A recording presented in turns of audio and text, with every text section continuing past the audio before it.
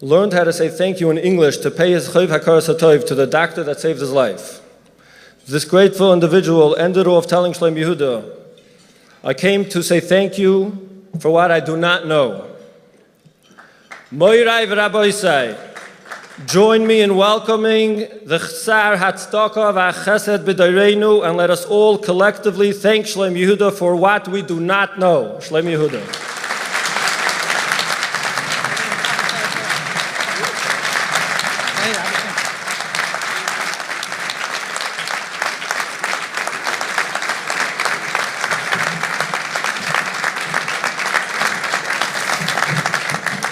Rabbi Shlomo Yehuda, we present to you tonight a Sefer HaZchiyos, that all the classes and all the meisters under the umbrella of Rabbi Shlomo Chaim, every single class made a Kabbalah, and every single class, each child will be saying a kapitel of Tillim, which together there will be 27 times every single day that Tillim will be recited for a schus for Yeshver, Hagoyin Agod, Rabbi Chaim Yisrael, Ben Chayetz Chanat Cyril Belsky Shlita. Besides the Kabbalahs, there's Kabbalahs and Tillim. It's all in this book. Rabbi Shlomo Chaim.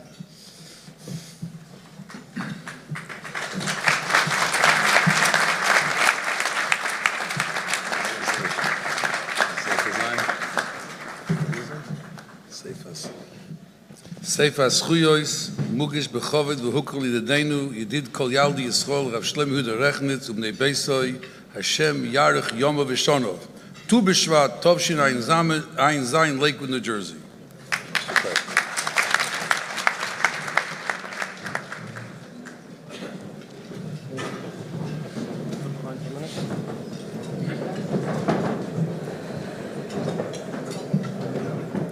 Put it behind you on the stand. Is that good?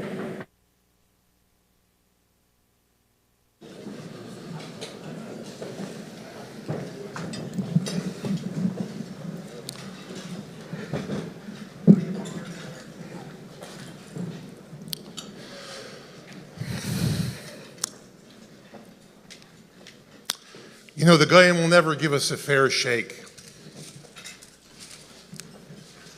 They'll do anything to belittle the accomplishments of us Yidden. It's like the Israeli-Palestinian problem. They only report one side. Last week, they reported in every possible media and news outlet that one of my employees won the lottery. That's news? That's the greatest story? I got multiple children into schools in Lakewood. What are the odds of that? I got multiple boys into Chadarim and numerous girls into school in Lakewood for 3 or 4 consecutive years, and then they report on some woman who just beat the odds of 100 and 200, between $292 million. Unbalanced reporting. Let's call it for what it is.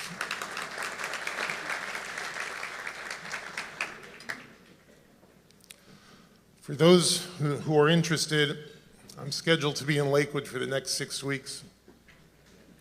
I figure there are approximately 50,000 people, so that adds up to about 110,000 opinions of what I should have said, if I should have bought the tickets, where I should have bought them, if I should have worn the hat and jacket by the interview. I'll give everybody a chance to opine. I'm sure we can all agree on one thing, and that is that every one of you would have done it differently.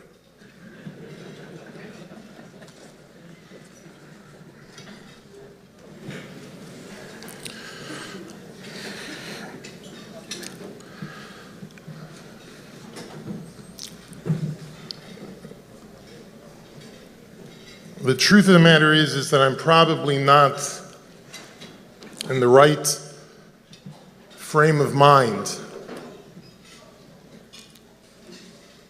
to speak now.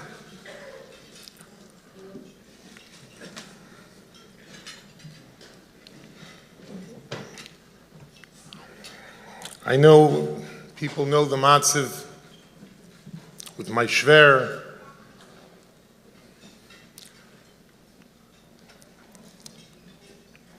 I have to watch my wife. I don't know if people know that Unfortunately, her mother has had Alzheimer's for some time now, doesn't recognize her family, and I have to watch my wife watch her father in pain, and her mother telling her helper, "I don't know who this man is, please call the police and throw him out of the house."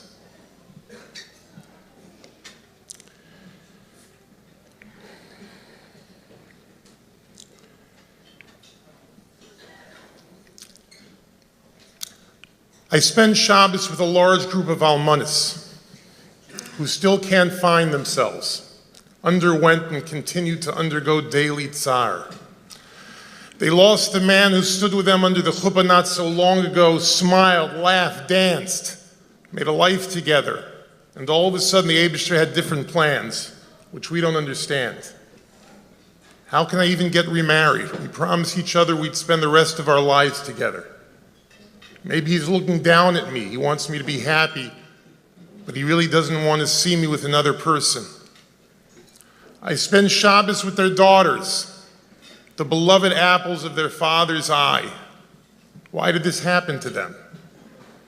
They miss him so much. What would they do to see him just one more time? To tell her father how much he just loved him just one more time? Why do their friends look at them so strange? They'll do anything humanly possible to avoid their friend coming over for Shabbos.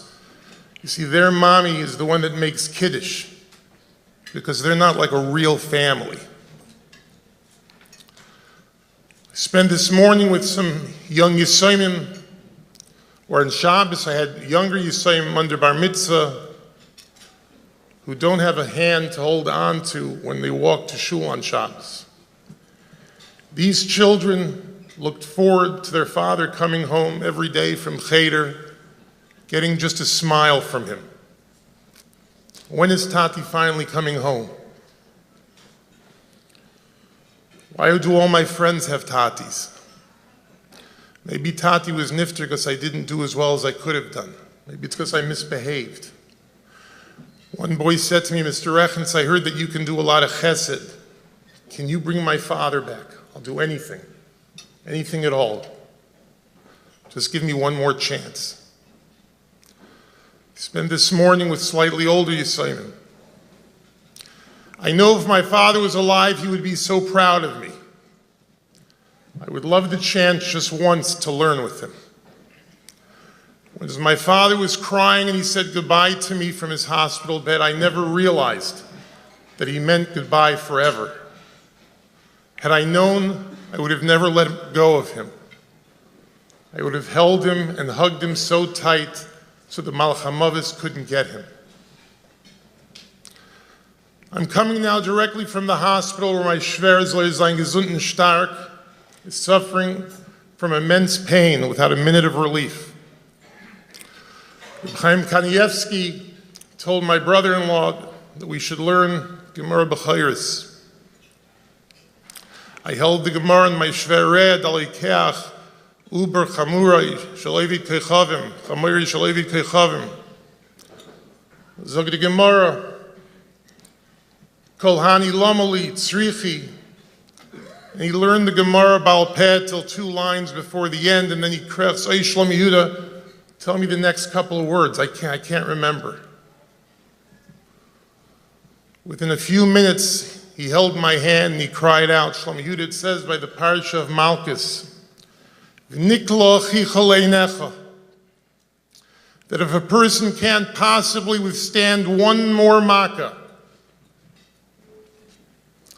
because of the immense tsar that will eventually kill him, we stop and don't give him even one more makkah.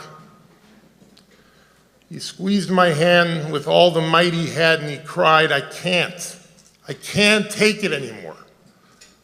Please beg the Eibishter to stop." I ran out to call the nurse who asked him if he was in pain and if he needed pain medication. My Shver told me to explain to her that learning a Mishnah relieves more pain than any medication she can possibly give him. After 45 minutes, a psychiatrist came in and said to me, "I understand your father-in-law is confused." I told her, "No, actually, I think you're the one who's confused, because you're clearly in the wrong room." She gave me a puzzled look, so I explained to her that the first nurse was here only 45 minutes ago, and for the few days that I've been here, nobody even considered responding for at least 2 hours. It's too hard to watch my shver, a malach that knows kol ha-Torah kula, suffering yisurim noiroim. I'm staring in the face of tzaddik v'ralei. But I'm not here tonight to discuss all those terrible tsaros, all those situations that tsarais the hearts, because I realize that I'm useless, I'm helpless. All I can do is daven to the Borei Olam, the Reifei Cholim, the Reifei L'Nishberei Leiv, for all the Yeshuas that we need so desperately. Misha Omar lo Yolomai dai, Yoimar l'tzori seinu dai. It's too much. It's too hard. Boy, mayim ad nafesh. No, everything I just said over doesn't need to be enough. Doesn't seem to be enough. Tonight I'd like to discuss something else. I'd like to discuss a self-made, man-made problem that we created and is completely fixable if we just cared enough. A problem that causes our avreichim, achenu b'nei Yisrael, untold pain, incapacitating daily anxiety, rivers of tears, fathers who don't know where to turn, made to feel that they failed their innocent children, mothers who cry themselves to sleep every night, and pure busha barabim, stinging shame to our Tzayin Kodesh, sheer embarrassment for our Tinoike Shel Beis Rabban, that people 5 times their age wouldn't be able to cope with. A 5-year-old told every day, "Tomorrow I promise Ziskite you'll be able to get on the bus with your friends." And tomorrow comes, and they're ready by the front door, their backpack bright and early, clearly excited, only to be told that it's just another few days, when you'll be able to join your friends. You think these children are stupid? You think for one second that they don't realize that they're the only ones being left out? At their tender young age, they try to put on a normal face till they get up and hide in their room and cry more. His parents have already cried their hearts out to the Rabbanim, to the school administration. Please take our child. It's 6 weeks and he's still not in school. A 13-year-old girl who clearly sees that nobody wants her. She's the town's psilis. Can you imagine an innocent Bas Yisrael putting on a face for her friends, claiming she hasn't had enough time to decide which school she wants to go to, only to lay her head down at night on the pillow which is still wet from the tears of the night before, knowing that out of 15,000 girls, she's the only one that nobody wants. We feel unwanted if we don't get invited to a chasna. We have tinus. Even if she eventually gets pushed into a school, how can that damage ever be repaired? Over the years, there are and have been angelic askanim who have gotten these kids into schools. Do you think for a second that the problem was resolved? We don't realize that our actions and inactions are life-altering. And then we ask, what are we doing wrong? Why are so many children going off the derech? Those memories, those nightmares will never go away. Broken families, publicly shamed children and their parents, ongoing pain and suffering. Who's going to take responsibility for all those tears? Who's going to take achrayus for that seemingly never-ending pain? Who has the right, who has that godlike complex that feels they have the right to inflict such irreparable tsar? If you're ready to take the achrayus, then stand up now. Show your face. Amoid, amoid. Shari dzmois, loinen olu. There are times when our tefillos aren't in the skabel. They don't even get to the Eibishter. But our tears are genuine tears that come straight from our neshamas, never get blocked. The Eibishter, the Koil Yochel, can't possibly ignore the tears of his precious Am HaNivchar. Yet we sit in our offices watching a Yiddish mother, a mother who has no limits on what she'll do for her children, while she cries her heart out. And our answer, I feel terrible. I wish I could accept your child, but I should have no room. You should know that I should lose sleep every night over this. But what can I do? We're busting by the seams. The principal won't let. Or if I take you, then I'm going to have to take Yenim. You can't imagine how much I'm trying for you. I try every day. Meiriv Rabbeisai, spare me. The last time in life you get any credit for effort is in the 12th grade. Or in Lakewood, it's probably the 4th grade by now. Who does Rechnitz think he is to come here and lecture us? Firstly, you're right. I'm probably not the one that should be doing this. I know I get some positive press here and there, but we all know that if there was a website called seferazachronis.com, I wouldn't be able to show my face in public. But on the other hand, I am a shtickleman domar.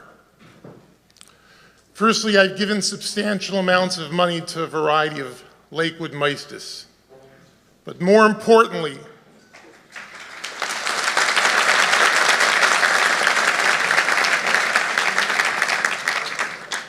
word money will always do that. But more importantly, I'm the one that gets the calls, the emails, the visits. I'm not the only one, but I get a substantial amount of them, from pleading fathers to sobbing mothers, and intermittently a call or a letter from a child. On my drive into Lakewood today, I got 3 calls from parents who asked me, I hear you're going to Lakewood, can you speak to so-and-so? And I will address every one of them. Because how can I not? We're a nation who's noiseboil chaveiroi. How can we be comfortable just because everything is fine and dandy by us, while someone else is clearly suffering? Forget Avas Yisrael. I won't ask for that much. But another Yid needs us. Another Yid is crying out to us. How can we not answer him? Yet we expect Hashem to answer us, to take care of all our needs. Because let's face it, we're all needy. We all have bakashis. We all daven for all the help we can get. We all need siyata d'shmaya. The Gemara in Baba Basra says, Bram zocher oisoi ish latoiv Yeshua ben Gamla Shemoi. Shilmolei hu nishtachach terem Yisrael. If not for Yeshua ben Gamla, Torah would have been forgotten from the Eden. And therein lies 2 chidushim.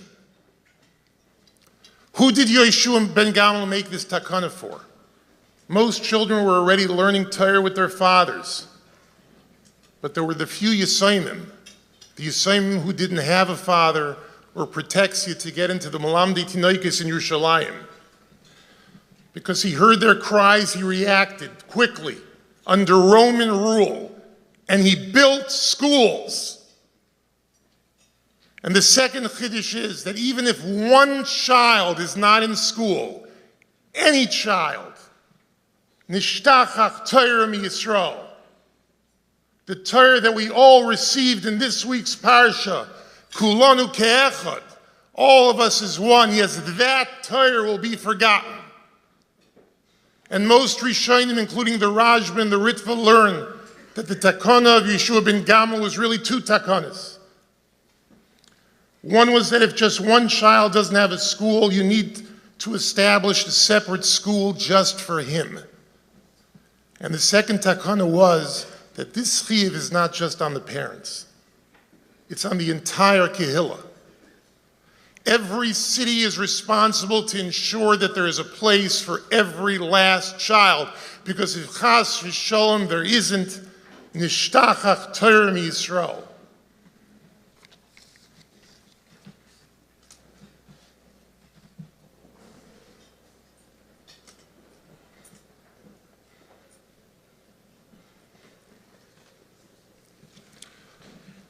I always had a kasha with one of the Ani Mamins. I never saw it brought down before. So either it's a klutz kasha, or maybe it isn't. The Rambam brings down 13 ikrim of Emunah, written over 800 years ago. Each one states an absolute fact that we must believe in. None of them are committed to any specific time. They're principles of faith that aren't contingent on any specific time periods. For example, on Imam, and I believe that the Rebbeinu Shalom created and controls all of his creations. Or I believe that Mashiach is definitely going to come. Yes, I might have to wait, but I nevertheless believe with all my heart that eventually he'll come. And the Animamins all continue in this fashion. But there's one Animamin that was written then, but Chazal had no way of knowing that would apply today. And I can't understand how we even say it in our times. Animamin be'emunah shlema, shekoil ha'torah hamitzuya atav yodeinu, that the Torah that is found by us now in our hands, He HaTorah Shenitzuv Moshe Rabbeinu Hanesul Moshe Rabbeinu Olav Shalom. And I found it difficult to understand. How could Chazal possibly make such a statement? How can we possibly make such a statement? In the last few thousand years since that Ani Mamin was written, the Yidden have undergone wars, pogroms, ghettos, crusades, inquisitions, holocausts, and the like. There wasn't a generation that didn't have at least one ruler that didn't try to abolish the Torah. People were killed if they were found with the Chumash. We have the Old Testament, we have the New Testament. How can we possibly know that when we emerge from these gzeiros, maybe a few psukim weren't changed, either intentionally or mistakenly? The Gemaras we have today and the actual Tzuras Hadaf was actually designed and printed by a Goyisha printing press. We've been in places and situations where it was impossible to have a Torah with us. Now the following Ani Mamin says that the Torah, lo yisei muchlefes, should never be changed. We can't keep it up to date. No reform, no modern orthodoxy, that's the Torah.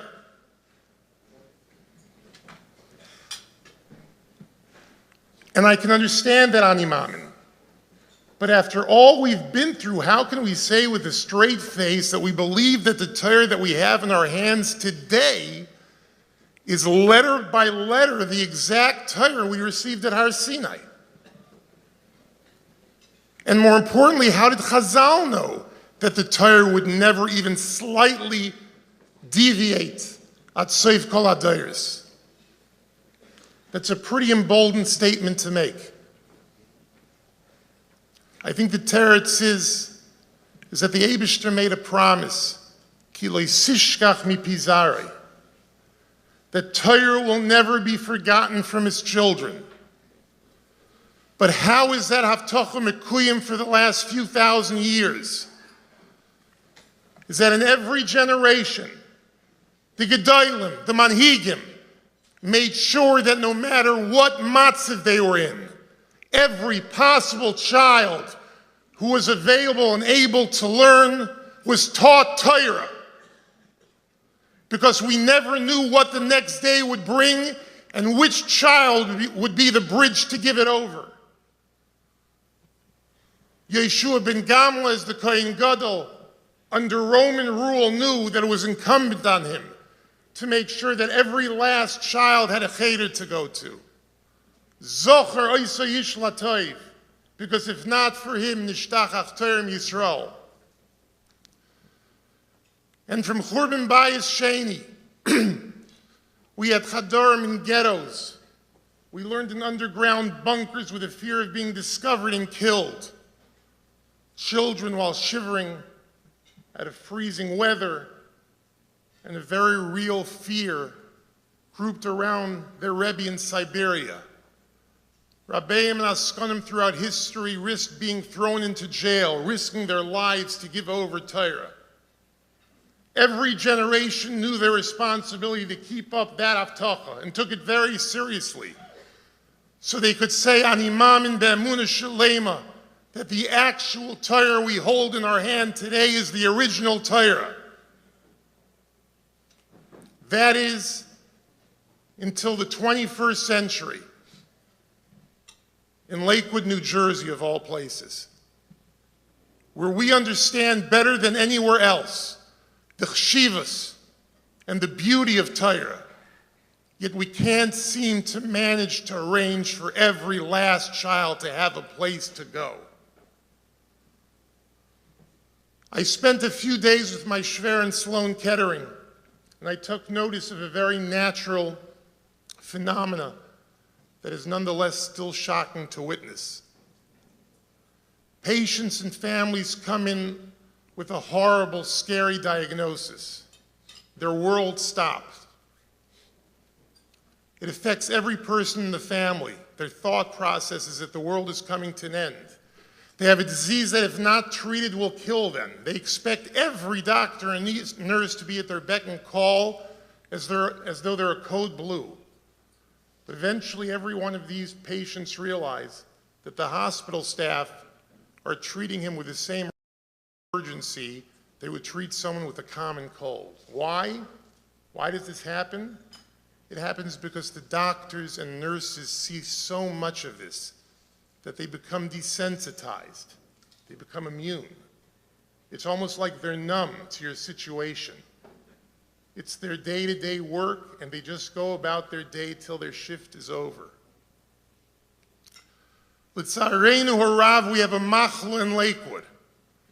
No other out-of-town community would ever allow a child to be left without a school.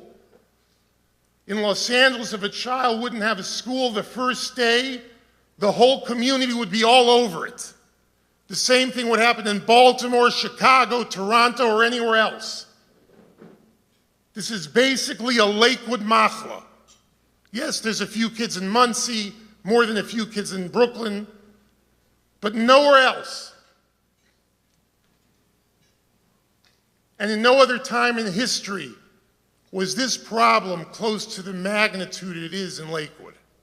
And I mean the whole process, even the children that get in. How many of them and their parents schwitz for months, making phone calls, waiting for phone calls. No one will dispute that Lakewood is everything right. I spent Shabbos here about a month ago. There's nothing as beautiful, no picture or painting, no scenery in the world that even slightly compares to the beauty of Lakewood. Walking into the multiple chadarim and hearing the chorus of Kamitz Aleph Ah, Kamitz Beis Ba, the angelic tune of our Tanoiki Shel Beis Rabban repeating pasuk after their Rebbe. The Rabbeim have a special place in their heart, a unique love for every single Talmud. You walk into the koilim and nobody takes notice of you. There's a orangutan in their learning. their avas hatayra, their simchas hachayim, chayim sheish b'em avas tayr v'yirah shamayim. Just walk in the street, in the stores, you see the kiyum of the Haftacha that Hashem made us in this week's parsha. V'atem tiyu li mamlechas kranim v'goy kadosh. We're a nation of rachmanim b'nei rachmanim. You can't walk a block without passing by 5 chesed organizations. Anytime there is chas v'sholom, a crisis, we immediately band together and do everything in our power to help. If we hear someone sick, we get together and we beseech the Eibishter, we're masker them in our tefillas, that they should receive a refuah shalema b'karov. If you'd ever go to a goyish funeral of a child who was unfortunately lost, besides the parents who are crying, all the other 28 people in attendance will stand there respectfully, stone-faced, hands resting over one the other, thinking that the child was an angel and is now in a better place in the arms of mother, somebody's mother. Lahavdil elf havdols. Rachmana litzlan, if one of our own is nifter, we all go to Levaya in droves, and now no matter how strong we are, we cry. We can't withhold ourselves from crying. For one of Achenu b'nei Yisrael, even if we don't know them or never met them. But when it comes to schooling, we become mishugal oisei davar. Nichnas banu ruach shtus. Lahavdil, like in Sloan, we're desensitized, we're immune, we're numb. We profess to teach Torah and the importance of das Torah. Yet when any Rosh Yeshiva calls up a Maisa to try to get a child in, they're turned down with a swipe of a hand. How hypocritical can we be? I don't want to shock anybody, but I'm not going to put the blame on the Roshi Maistis. I'm sure they can definitely help along the way. But they're doing what any one of us would do. They're protecting their territory. They know that it just takes a few missteps, a few wrong decisions, a few wrong children. And the next year, they quickly become the Nebuch school. We're all territorial and protective of our assets and accomplishments. It would sure be nice if they just threw it all away for the sake of a few families, but that's a madrega shloi todun at tagilim kaimai. But not Lafuke, anybody else, I do want to mention Reb Shlomo Yehuda,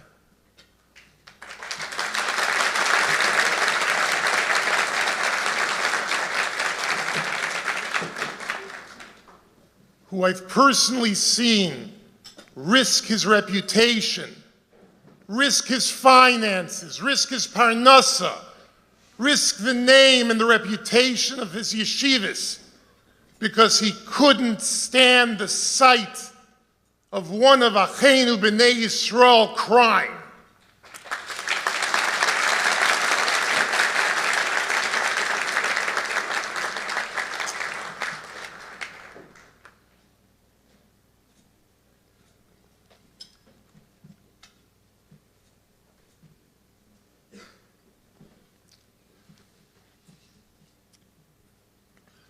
The blame, unfortunately, lies mostly on our shoulders. It is clear that our problem is not cruelty, apathy, or selfishness.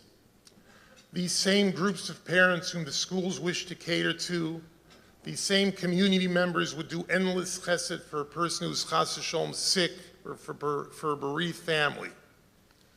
So how come these same angels can be so insensitive and cruel when it comes to rejecting scores of children from Lakewood? The answer is painful, but it has to be said. I believe that many of us have created for ourselves a new Torah, a new Yiddishkeit, that makes us feel good about ourselves, but has little to do with Hashem's Torah that he gave us 3,300 years ago. We turned our frumkeit into an idol, and we've forgotten some of the basic tenets of Yiddishkeit. This new Torah some of us have created has a few animamins that have crippled us and have crippled so many of our children. Here are some of the new distorted animamins. Animamin that I am better than you. I am animamin that I have to show all my chumras so everyone can see how frum I am. Animamin that your children are not good enough for my children. Animamin that the Torah was given to perfect children and perfect families. Animamin that there's no room for individuality. We have to all fit into the same perfect model. Would you not agree with me that these 5 ideas are kfira? They're contrary to the entire message of Yiddishkeit. Tonight, let us declare the truth. We believe that Hashem loves every Yid, adult or child, unconditionally and with tremendous ava. We can never know the value of a particular neshama. Every neshama is a chelek of the kami mal.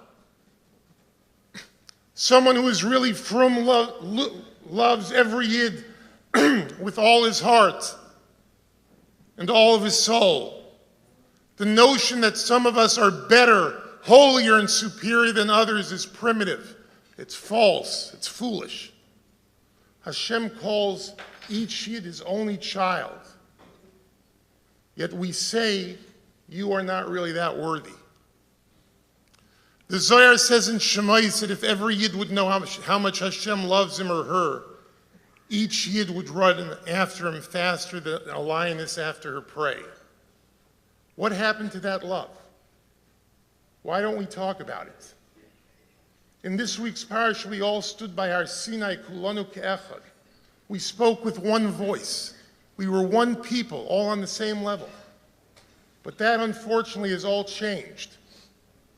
We developed an elitist attitude, an ugly superiority complex, devoid of edelkeit, of kedusha, of achdus, of genuine dveikus. We've joined a rat race. Yen is never good enough for us. They're not firm enough for us. Every one of you here should be proud that you're zeiche to Torah Yom Nasai. And halavai, I had the zitzfleish to do it. But unfortunately, due to a diagnosis of mild ADD, I was forced to go to work.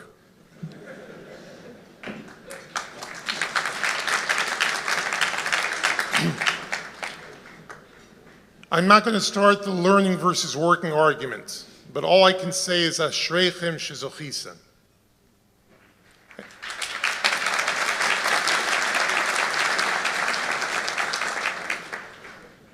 And while it's not for everybody, most people who knock the idea of learning are doing it for the wrong reasons. But at what point did a life of kihem chayenu va'irich yomenu, a life of not only learning Torah but living it, start to necessitate an elitist attitude? When did this metamorphosis occur? Why do we have to be better than everybody else? Why don't you put Hashem back into the picture? Why do I have to feel awkward helping meisters whom I know would never accept my own children? Everybody in this world has their tachlis, their individual journey. Why are we all judging each other? Why do I and other people feel like we're being judged by a Sanhedrin of 50,000 people in Lakewood? I feel terrible for most people who live here in that respect. Nobody here gives or gets any slack. Forget a second chance. That's out of the question. You have better odds of winning the lottery. We're so judgmental. And we all have an opinion on every single person we ever come into contact with. And if we have to be mevayish hordes of people on the way through our journey, so be it. B'mechilas kavayitchem, we've skipped over the fundamentals and went directly to the chumras. Bein adam l'chaver is a nice thing if we can work it into our schedule. But chas v'shalom, if my neighbor is struggling, instead of opening my heart to him, I become a cruel and arrogant yid. And that's what I call frum. That's our ani mamin number one. Don't tell me that you love me, but you hate my children.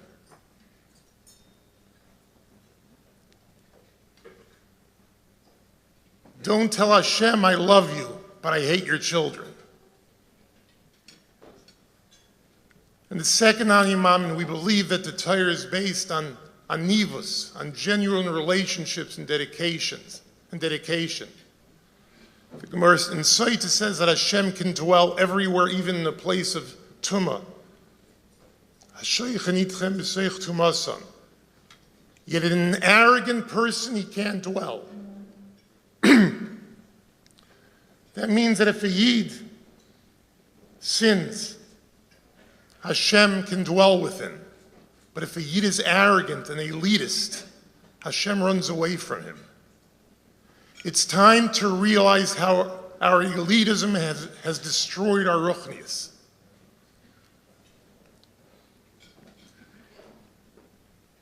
On Imam, we believe that every child is priceless. His or her value is infinite. For every child, we need Mesiras Nefesh. The Medrash says, if one of the 3 million Yidden were not by our Sinai, the Torah wouldn't have been given. Everyone had to be there. How can we say that some of our children do not belong in our schools? If we would have said that at our Sinai, we would have never had a Torah.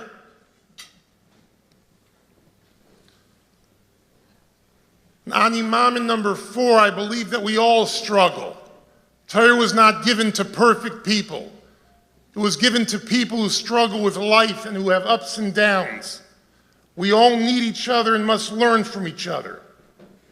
The Gemara says in Shabbos that Torah cannot be given to malachim, only to people who fall and stumble. Yet we in Lakewood invented that Torah is only for malachim. On Imam number 5, I believe that not everybody has to be or even can be the same. The Mishnah in Sanhedrin says that Hashem created every person different. Why? Because he wants us to be different. We need to respect our differences. Let us respect neshamis, not only robots. Let us respect hearts, not only machines. Let us not crush every kid into a particular box, even if he's sticking out. Let us be a little more confident, secure, and tolerate different types of people. But what bothers me most is a conversation that occurs nonstop in Lakewood. Parents call up a school and say, if you take in Yena's child, I'm not sending my kid. The school buckles under the pressure and rejects that child.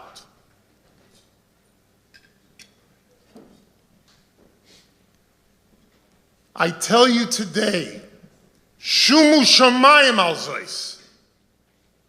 This is a churban for Klal Yisrael. How dare you destroy another child's life because of your opinion of the other child? How dare you face Hashem by davening when you snuffed out a Yiddish neshama?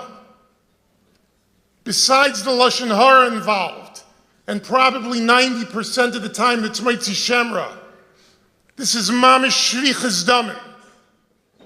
If the school isn't good enough for your child, shut your mouth and go find him a school that works, or create your own school just for your child.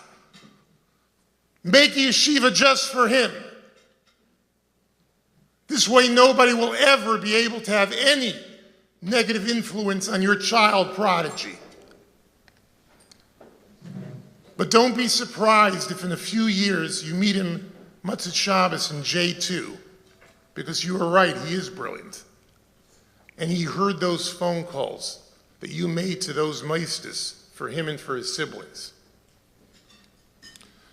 I call on every principal. I call on every Rosh HaMeisid. I don't call on you. I'm munning you that from today on, if you ever get such a comment, that if you take in that kid, the other family not send their kid to your school, have the courage to tell them, we apologize, but we clearly are not the place for your child prodigy.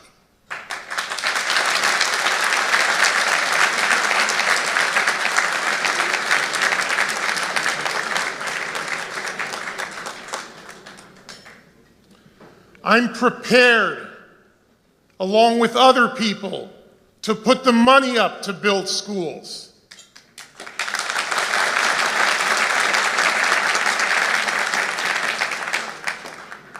I look forward to build schools.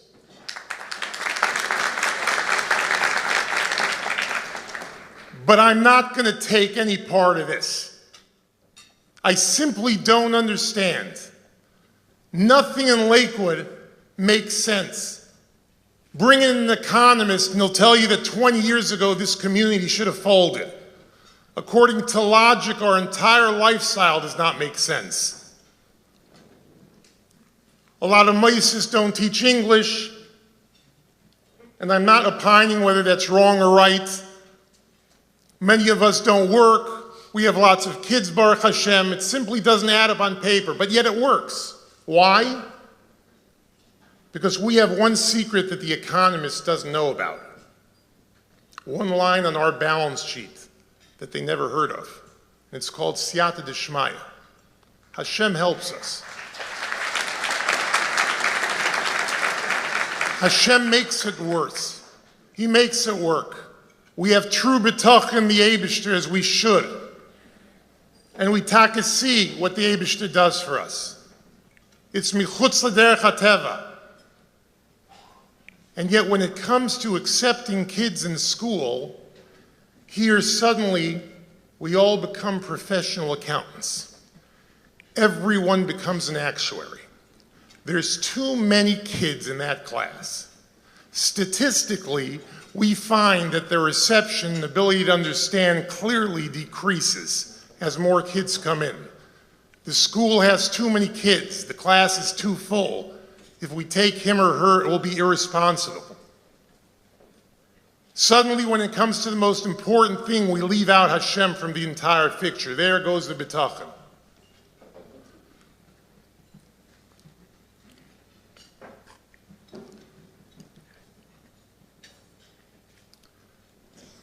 I apologize if I was somewhat harsh tonight, and I probably wasn't in the right frame of mind to speak, but I didn't want this to be a speech.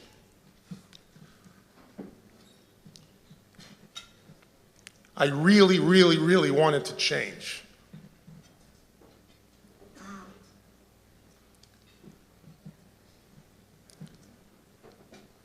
Tonight, a few hours ago, we started Tu B'Shvat. In Lakewood, we celebrate that by opening the freezer.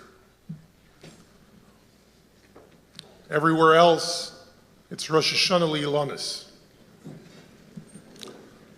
Some people are makpid on both shitas, so they go out of the freezer and take a date.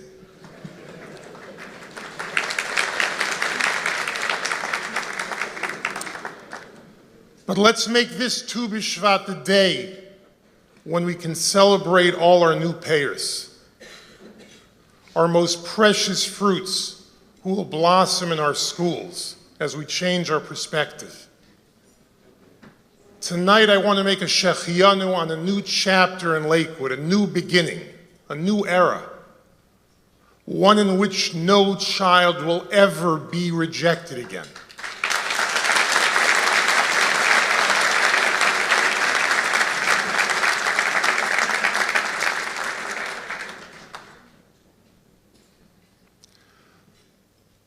Leave the money to us.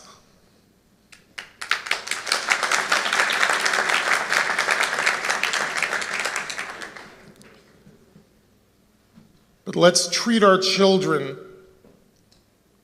the way we're supposed to treat our children. Let's realize who they are. Let's realize who we are. Because any pgam and any action or wrong move that someone does,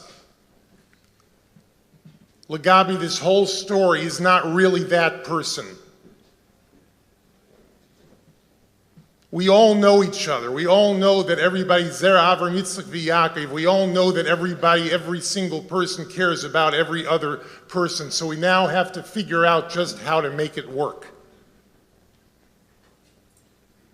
Baruch atah Hashem Elokeinu melech haolam shehecheyanu v'kiyimanu v'higiyanu lazman hazeh.